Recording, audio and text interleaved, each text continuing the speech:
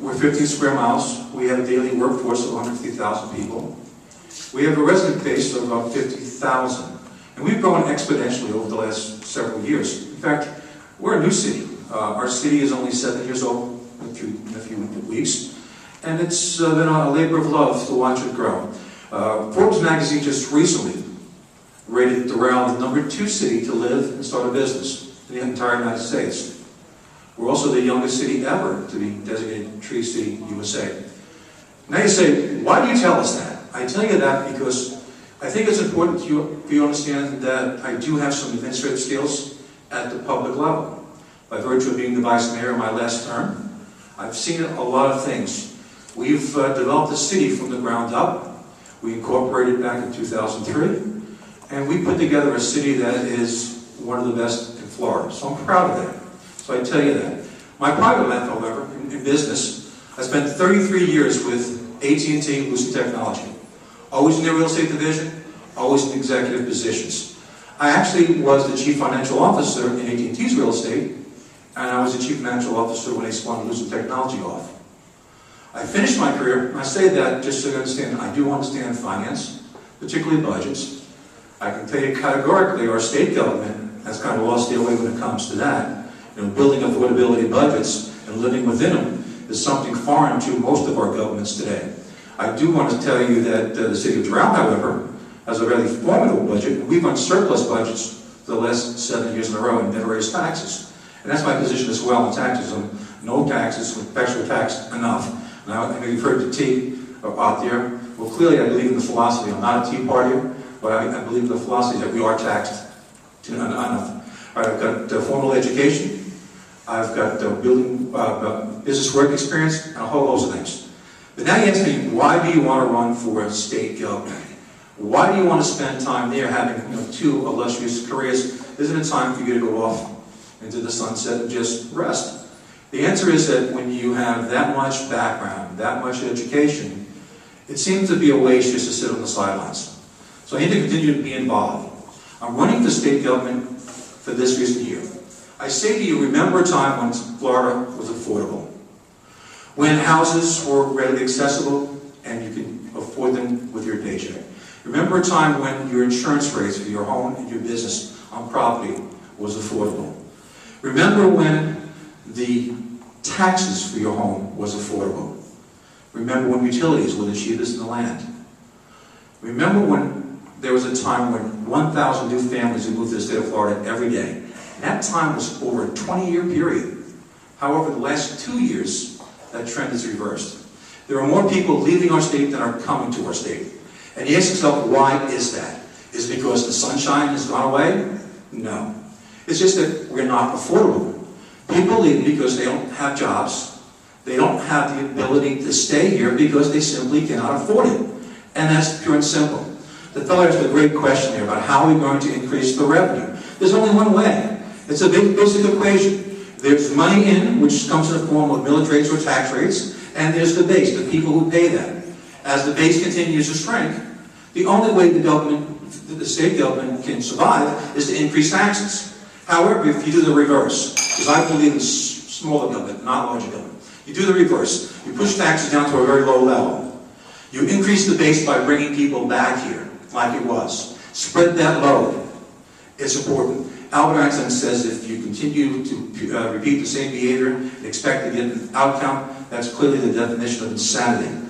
I say to you, if we want change, we must change.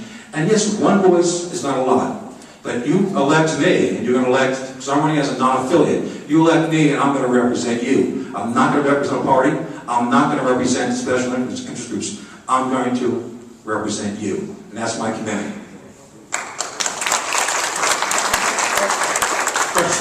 You're currently the Republican vice mayor of Doral, so you're running nonpartisan. And I'd like to know why. And then if you were elected, what party would you caucus with in the House of Representatives? Okay, good question. One. The municipal governments in the Miami-Dade area are all at large. So even though we're Republican, we have 4 Republicans in our council and 1 Democrat. So I did not have to run as an affiliate for both times. I was elected in 2003 and then again 4 years later. And on my second term, the city of Doral has term limits. Why did I not run out as a Republican this time around? I got in the race a little bit late.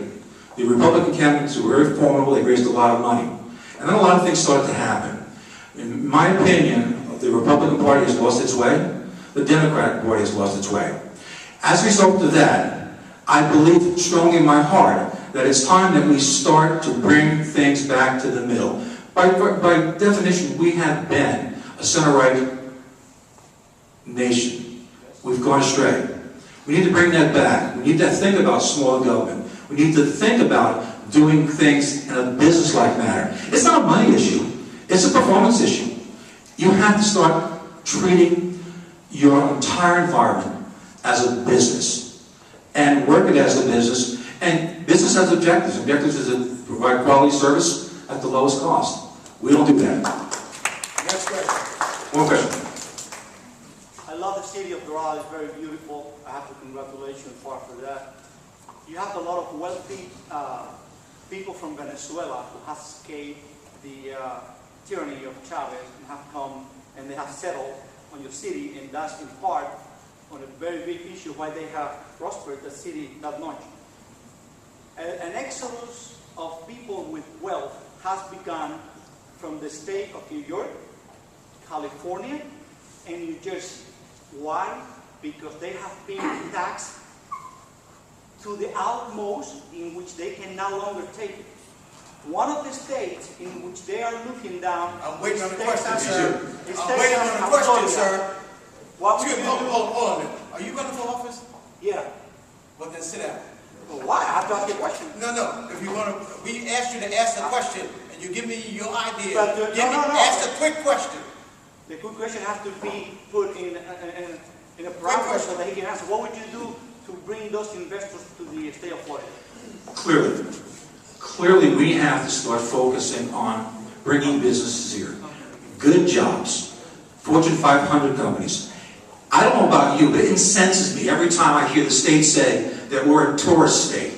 We're better than that. Sure, tourism is important to us, but our people are educated, they're affluent, they need quality jobs. Having worked for AT&T in their realty division, I know why companies go to where they go. And they have a lengthy criteria before they select a community. And all those things is educated population, good workforce, quality of life, accessibility, restaurants, all those things that big corporations want. They look for that. They don't look here because we're all telling them that we're only interested in tourism. That has to stop. We have to start looking at our state as the #1 state in the entire union and start to believe that and have other people come. We have this great weather. We already have what people want. We don't have the jobs, however, and that's why they don't come.